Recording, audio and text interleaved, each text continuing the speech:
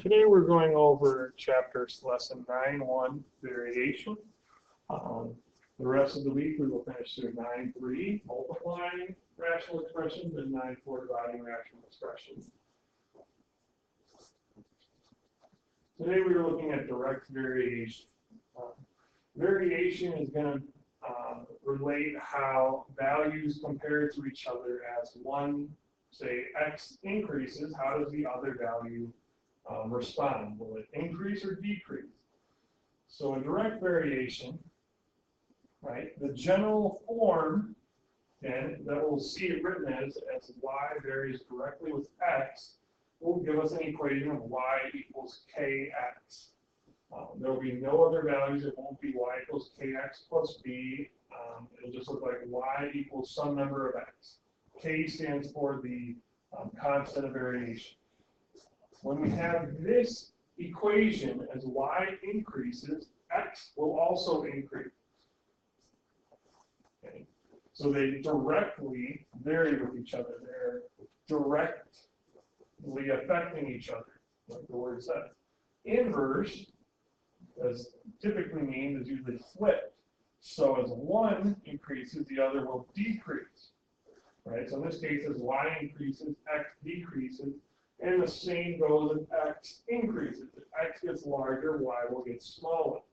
So again, this will be referred to as y varies inversely with x, giving us an equation of y equals k divided by x. Again, k will typically be a number that we are either going to solve for or that's given to us. Next, we're going to start by labeling the equation that's direct, inverse, or no variation at all. So in this equation, does it look like, does it look like y equals kx? If it looks like that, this will be direct. Right? Just a little note. And it looks like y equals k over x, it will look like inverse. If it doesn't match either of those, it's neither. So in this equation, we have y equals 3 over x, so it looks a lot more like the bottom one. This one would be inverse variation. So we're going to label it as inverse, and that's our answer for that one. Next, we have y equals 4x plus 3, using the same form we had from the last one. Does it look like y equals kx? It looks close to y equals kx, but we have this plus 3 there. Plus 3 is going to throw that equation off. We need it just to be y equals some number of x. So because of the plus 3, it is not going to be direct, and it is not inverse. So this one's going to be a no variation one.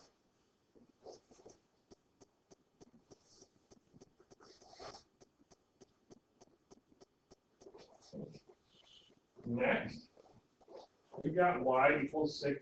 Now this is one where we will have direct variation because it is y equals kx, right? K equals 6 in this form, we can clearly see, right? So since y equals kx, it is going to be direct, all right? Direct variation.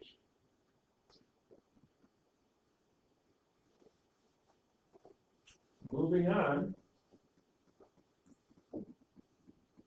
we have, sorry, skip one. We've got write an equation relating x to y if x and y vary directly.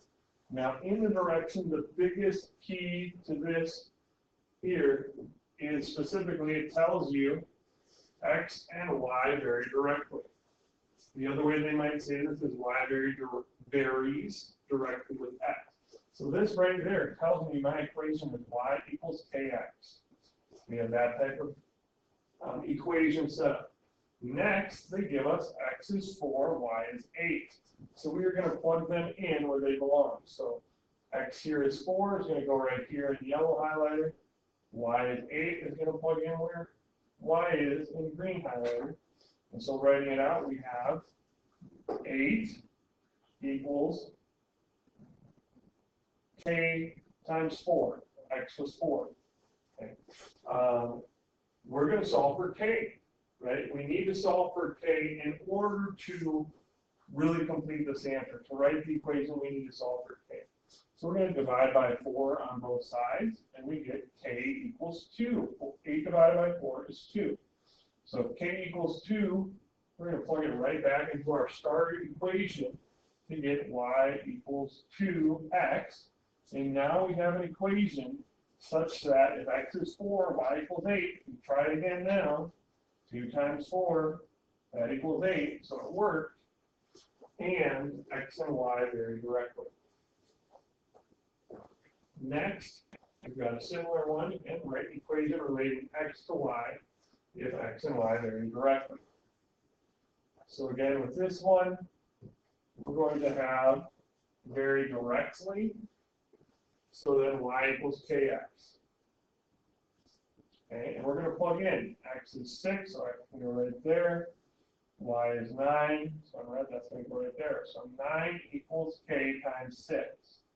Now, some comments on k here. Again, k as a term is the constant of variation, because k is just a standard variable when we're dealing with variation problems. And more importantly, it is not stuck to being a whole number. In the last example we saw, k equals 2. In the prior example before that, we saw y equals 6x. But it is possible for it to be a decimal, for it to be a fraction.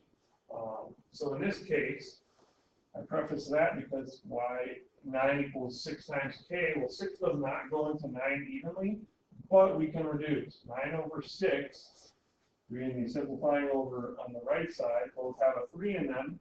So if we divide top and bottom by 3, we get 3 over 2. And so 3/2 is my k value. And we could say y equals 3/2 x. Now, some might say, well, that's starting to look a little bit like inverse variation. But remember, inverse variation, the x was also in the denominator, right? So in this case, x is not in the denominator, 2 is by itself. So our answer is complete with y equals 3/2 x. Next, we have write an equation relating x to y if x and y vary inversely. So the only thing that changed here is our word at the end of the sentence. So you got to make sure you're reading carefully.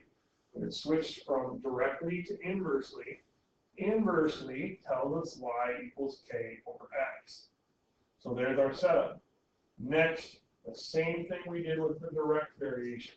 We're looking where is x. If x is 4, we're going to plug that 4 in right on the denominator. I have y is 3. We're going to plug that in. We'll be green. You already have red. Plugging 3 in for the y. So plugging it in, we have 3 equals k over 4. Okay. Now to solve, we're going to cross multiply because we want just one k, so we multiply by 4 on both sides. It kind of looks like a proportion already, so we're just going to cross multiply that 4.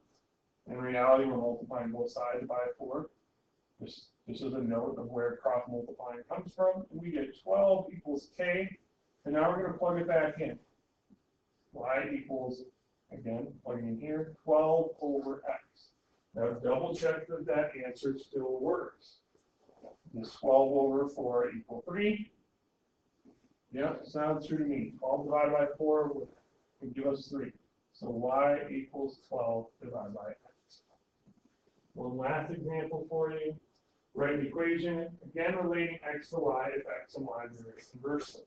Now, in my lesson here, we have kept with inversely twice in a row, directly twice in a row. It may not be that same way in homework, so make sure you read the direction very carefully. You can switch between every single problem. We've got x equals 2, y equals 4, and again, because we vary inversely, we already have a generic setup of y equals k over x.